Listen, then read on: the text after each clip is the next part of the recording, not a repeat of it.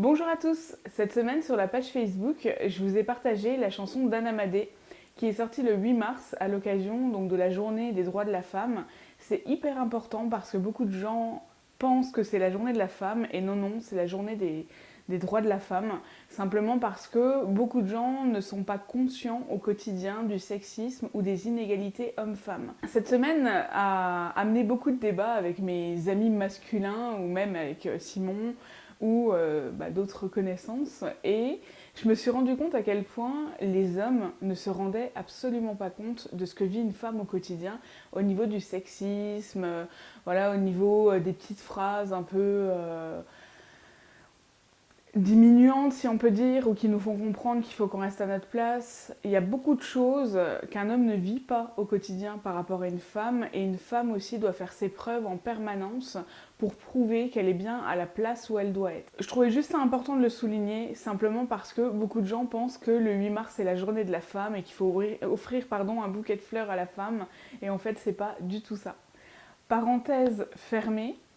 J'ai partagé cette chanson qui m'a énormément touchée et je me suis dit que j'allais en faire le sujet de la semaine parce que Je te crois, c'est une blessure qui peut rester très très longtemps pour un survivant ou une victime.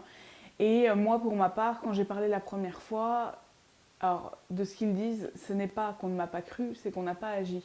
Et en fait, ça revient exactement au même. Souvent, quand les victimes en parlent, les survivants, et ben malheureusement, soit les gens nous croient, mais ils n'agissent pas parce qu'ils trouvent que ce n'est pas assez grave, et c'est totalement, mais voilà, quand quelqu'un vous dit ça, vous vous dites, mais à quel point ou à quel moment il a pu penser ça, et ben sachez que dans 80% des cas, les gens pensent ça. Pensent que quand vous parlez voilà, de ce qui est en train de vous arriver, voilà, que vous êtes en train de subir des actes de pédocriminalité ou qu'une femme s'est fait violer, et ben en fait, l'entourage estime que c'est pas si grave que ça et qu'en gros elle va s'en remettre. Et c'est hyper important d'en parler aujourd'hui parce que je te crois, il faut aussi que ça suive avec des actions. Bon, vous n'allez pas arrêter d'entendre Pixel comme d'habitude dans ma vidéo.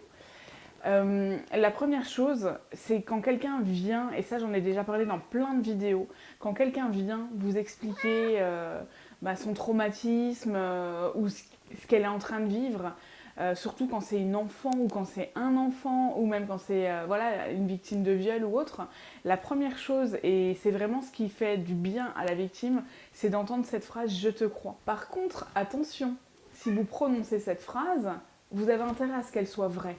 Parce que ça peut faire énormément de mal à la victime que cette phrase soit fausse. Simplement parce que quand vous parlez pour la première fois et qu'on vous dit « je te crois » et qu'en fait c'est pas réel, ça ne va pas vous encourager à en parler.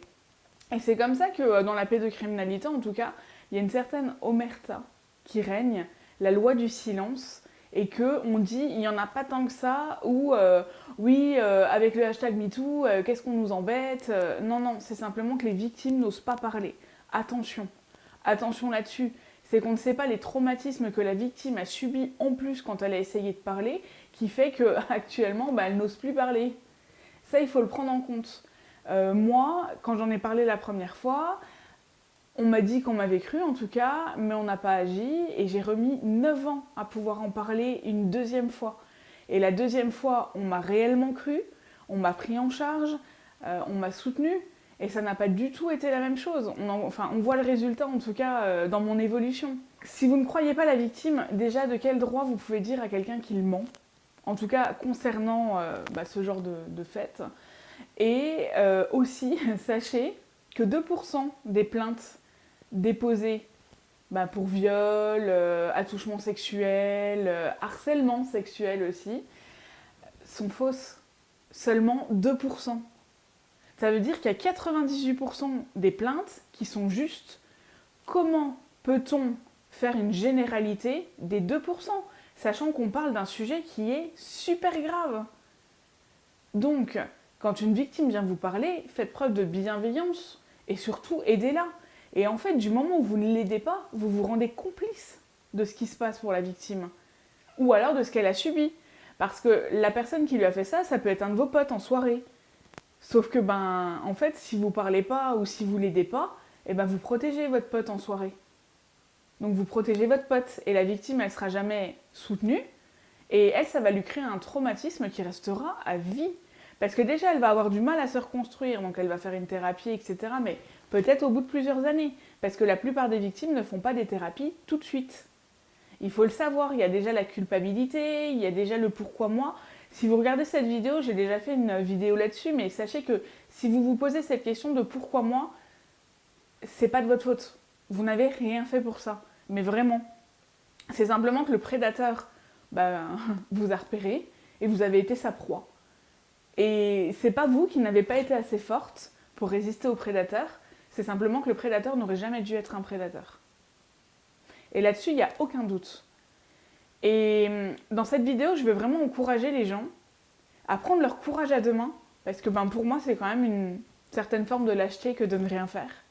Prenez votre courage à deux mains et prenez position pour la victime, parce que pour la victime, c'est un traumatisme qui restera à vie.